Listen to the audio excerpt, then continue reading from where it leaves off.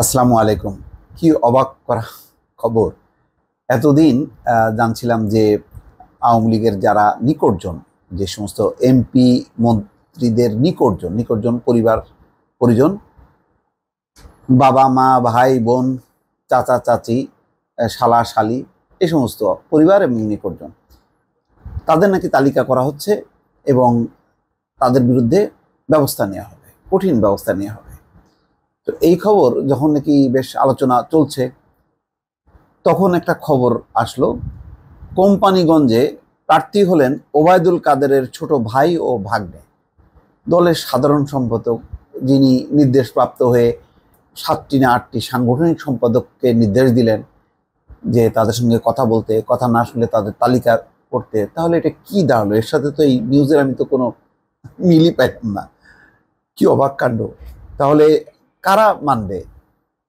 এর আগে দেখলাম যে শাহজাহান খানকে আওয়ামী লীগ অফিসে বলা হচ্ছে যে আপনি তো দলের নির্দেশ মানছেন না, আপনার ছেলে প্রার্থী হয়েছে। তো এখন দেখা যাচ্ছে যে ওবায়দুল কাদেরের ভাই ভাগ্নে হচ্ছে।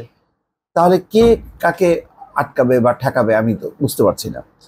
তো খবর হচ্ছে, দলীয় নির্দেশনা অমান্য করে এবার নোয়াখালীর কোম্পানিগঞ্জ উপজেলা পরিষদ নির্বাচনে চেয়ারম্যান পদে প্রার্থী হয়েছেন আওয়ামী লীগের সাধারণ সম্পাদক ও সড়ক পরিবহন সেতুমন্ত্রী ওবায়দুল কাদেরের ছোট ভাই ও ভাগ্নে। ছোট ভাই শাহাদাত হোসেন প্রার্থী হয়েছেন চেয়ারম্যান পদে, আর ভাগ্নে আপন বোনের ছেলে মাহবুর রশিদ মঞ্জু প্রার্থী হয়েছেন ভাইস চেয়ারম্যান পদে।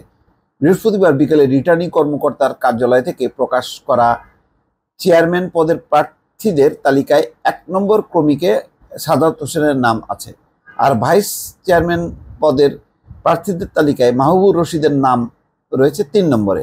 মন্ত্রীর ছোট ভাই ছাড়াও এই উপজেলায় চেয়ারম্যান পদে আরও 3 জন প্রার্থীর নাম আছে।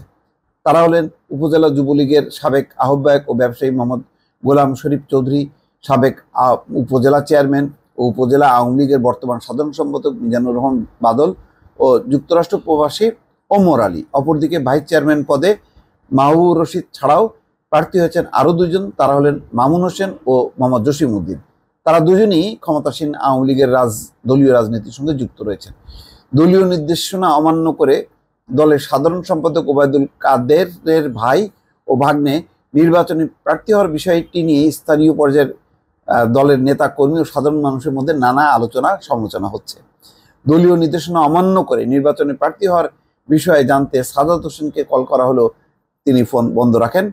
আর ওবায়দুল কাদেরের আরেক ছোট ভাই বসুরহাট পৌরসভার মেয়র ও উপজেলা আওয়ামী লীগের সভাপতি আব্দুল কাদের মির্জা প্রথম আলোকে বলেন, হেতে লেখাপড়া জানে, হেতে মাদ্রাসায় কি পড়েছে, হেতেল্লাই ভোট করবে কে, মন্ত্রী মহোদয় বলে দিয়েছে প্রত্যাহার করার জন্য। এই বিষয়ে ওবায়দুল কাদেরের ভাগ্নে মাহবুর রশিদ জানান, দল থেকে বলা হয়েছে এমপি ও মন্ত্রীদের নিকটাত্মীয়, বিশেষ করে ভাই বোন এবং ভগ্নিপতি কেউ প্রার্থী হতে পারবে না। কিন্তু ভাগ্নের কথা সুনির্দিষ্টভাবে বলা হয়নি। তার দাবি ভাগ্নে নিকটাত্মীয়র মধ্যে পড়ে না, তাই তিনি প্রার্থী হয়েছেন। তো এরকম গোজা মিল, নানান রকম ফাঁক ফোকর আছে। আজকে প্রধানমন্ত্রীও বলেছেন যে মানে এটা পরিবারের সদস্যদের মধ্যে বলা হয়েছে, অর্থাৎ স্ত্রী, কন্যা, সন্তান, এবং সেই সংখ্যাটা খুব বেশি না।